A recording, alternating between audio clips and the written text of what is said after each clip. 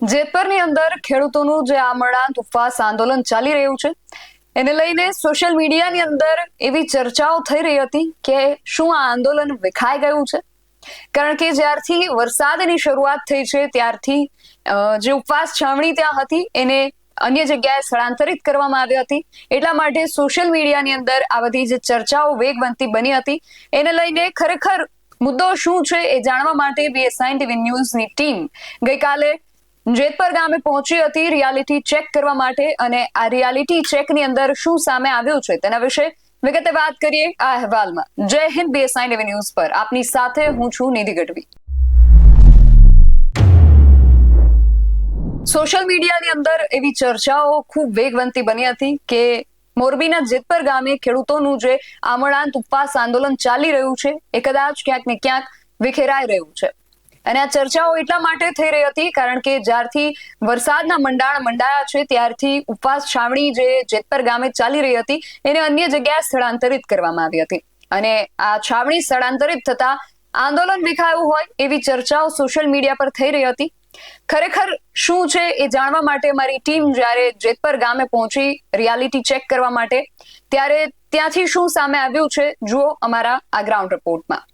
મોરબીના જેતપરની અંદર જે અમરનાથ ઉપવાસ છાવણી ચાલી રહી છે હું તમને દ્રશ્યો બતાવીશ। એ છાવણી છે તે હવે વોટરપ્રૂફ કરી દેવામાં આવી રહી છે કારણ કે વરસાદી માહોલ છે તે ગુજરાતની અંદર શરૂ થઈ ગયો છે। ક્યાંક ધોધમાર વરસાદ પડી રહ્યો છે તો ક્યાંક છૂટાછવાયા ઝાપટા પડી રહ્યા છે। તેની વચ્ચે જેતપર ગામની અંદર જે ઉપવાસ છાવણી ચાલી રહી હતી તેને ક્યાંક વોટરપ્રૂફ બનાવવામાં આવી રહી છે। હું તમને દ્રશ્યો બતાવવા માંગીશ કે જે આ ડોમ તૈયાર કરવામાં આવે છે તેની ઉપર જે પ્લાસ્ટિકની જે તાલપત્રી આવે છે તે ઢાંકી અને જે સમગ્ર આંદોલન છે તે ચોમાસામાં પણ જ્યાં સુધી ખેડૂતોની માંગ નહીં સ્વીકારાય ત્યાં સુધી ચાલુ રહેશે।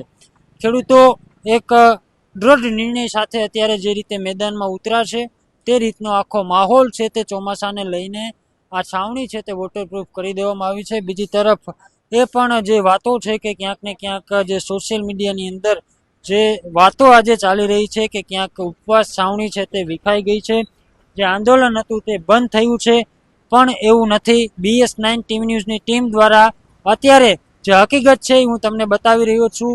અહીંયા જે છાવણી ચાલી રહી હતી તે છાવણી વોટરપ્રૂફ બની રહી છે અને જે ઉપવાસ આંદોલન ચાલુ હતું તે જેતપર ગામની આગળ જે વાડી સમાજવાડી છે ત્યાં હાલ પૂરતું સ્થગિત કરવામાં આવ્યું છે। જ્યારે ડોમ તૈયાર થશે ત્યારબાદ આ છાવણી છે તે ફરીથી આ જ જગ્યા ઉપર ચાલુ કરવામાં આવશે અને જે રીતે સાંસ્કૃતિક કાર્યક્રમો ચાલુ હતા તે રીતે ચાલુ થશે।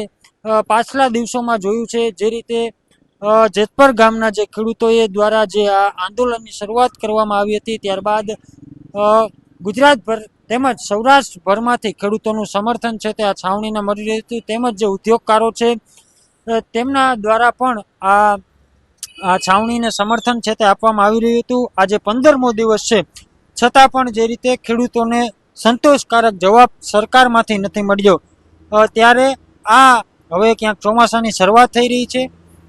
ચોમાસાને લઈને ક્યાંક વરસાદ આવવાની જે સ્થિતિ સર્જાઈ રહી છે તેને લઈને અત્યારે આ તમે જે દ્રશ્યો જોયા તે જેતપર ગામના છે જે છાવણી ચાલી રહી હતી તે છાવણી હવે વોટરપ્રૂફ બની રહી છે। આગામી દિવસોનું આંદોલન છે તે ફરીથી એ જગ્યા પર ચાલુ રાખવામાં આવશે। આ સરકાર કાંઈ સમજતી નથી। 15 દિવસ થઈ ગયા હજી કાંઈ નિવારણ આવ્યું નથી ને આનું નિવારણ કેદી આવે એ કાંઈ હજી ખબર નથી। અમારા ખેડૂત ભાઈઓ લડી લેવાના મૂડમાં હોવાથી કે આગામી વરસાદને ધ્યાનમાં રાખીને કોઈ તકલીફ ના પડે ખેડૂત ભાઈઓને અને કોઈ જાતની અમારી લડાઈનો તૂટે નહીં એના માટે થઈને અમે ડોમની વ્યવસ્થા કરવામાં આવી છે અને આગામી દિવસોમાં ખેડૂત લડી લેવાના મૂડમાં છે। આજે 15મો દિવસ થયો છે, તમને શું લાગે છે કેટલા દી હજી લડવું છે? હવે એ તો અમને કેવી રીતે ખબર પડે, એ તો સરકાર ઉપર હે ભઈલા। અમારે તો કાલ થઈ જતું હોય તો અમારે આ આંદોલન કરીને ક્યાંય જવાનું નથી। અમારે તો અમારા હકનું જોઈ છે। હક આજ મળી જતો હોય તો કાલ અમારે નથી કરવું। અમે અમારી હક નહીં મળે ત્યાં સુધી અમારી લડત ચાલુ રાખશું। શું કહેશો જે રીતે અત્યારે વોટરપ્રૂફ ડોમ બનાવવામાં આવ્યો છે, શું તૈયારી આગળ? બસ આમનામ અવિરત ડોમમાં બેન આપણે ધરણા ચાલુ જ રાખવાના છે. સરકારને એક સંદેશો તો જઈ રહ્યો કે ગામે ગામથી આખા ગુજરાતમાંથી સમર્થન મળી રહ્યું છે અને ખેડૂતો ખરેખરમાં પીડિત છે. નકર આવું સ્વયંભૂ કોઈ ચલાવી ન શકે.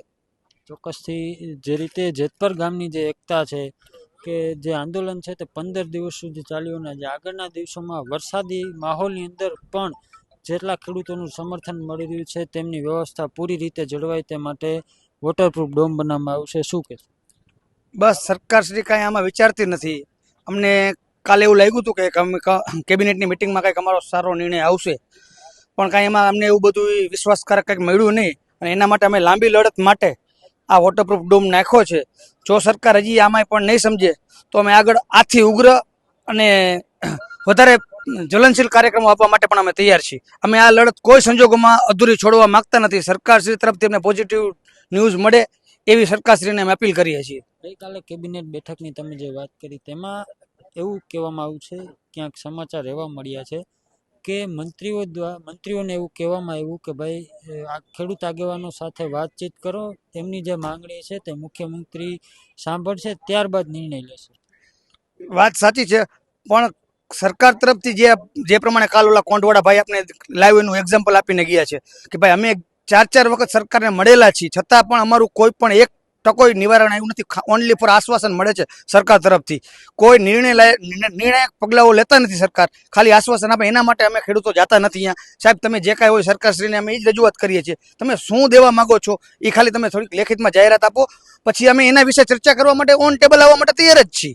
તમે શું દેવા માગો છો, 5 રૂપિયા કે 10 રૂપિયા કે 2 રૂપિયા, તમે કંઈક આંકડો તો ફિક્સ કરો કે અમે આટલું દેવા માગીએ છીએ. અમે સરકાર સાથે ટોક કરવા માટે ગમે તે રેડી છીએ.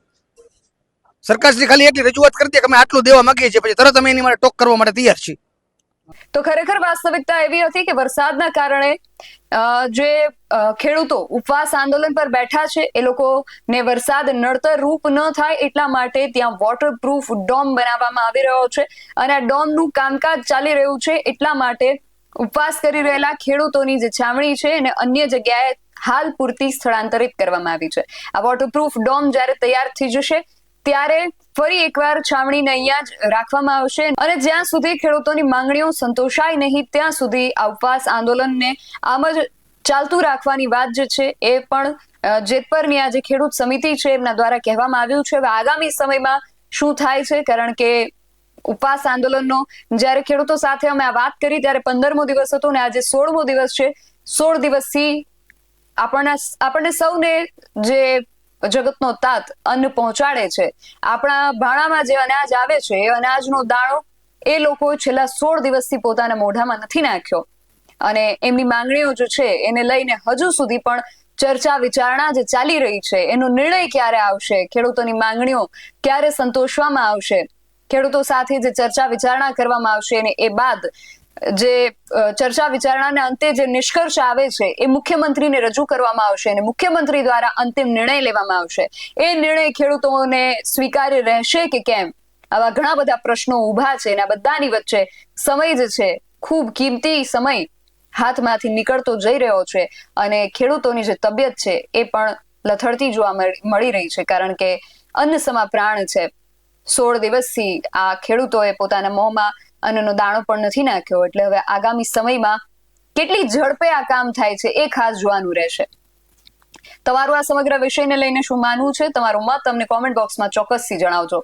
આવા જ વધુ અહેવાલો સાથે મળતા રહીશું. તમે મારી યુટ્યુબ ચેનલને સબસ્ક્રાઇબ કરવાનું અને અમને ફેસબુક અને ઇન્સ્ટાગ્રામ પર ફોલો કરવાનું ભૂલશો નહીં. બાકી અમને અપડેટ્સ માટે આપ જોતા રહો BSI TV ન્યૂઝ. નમસ્કાર.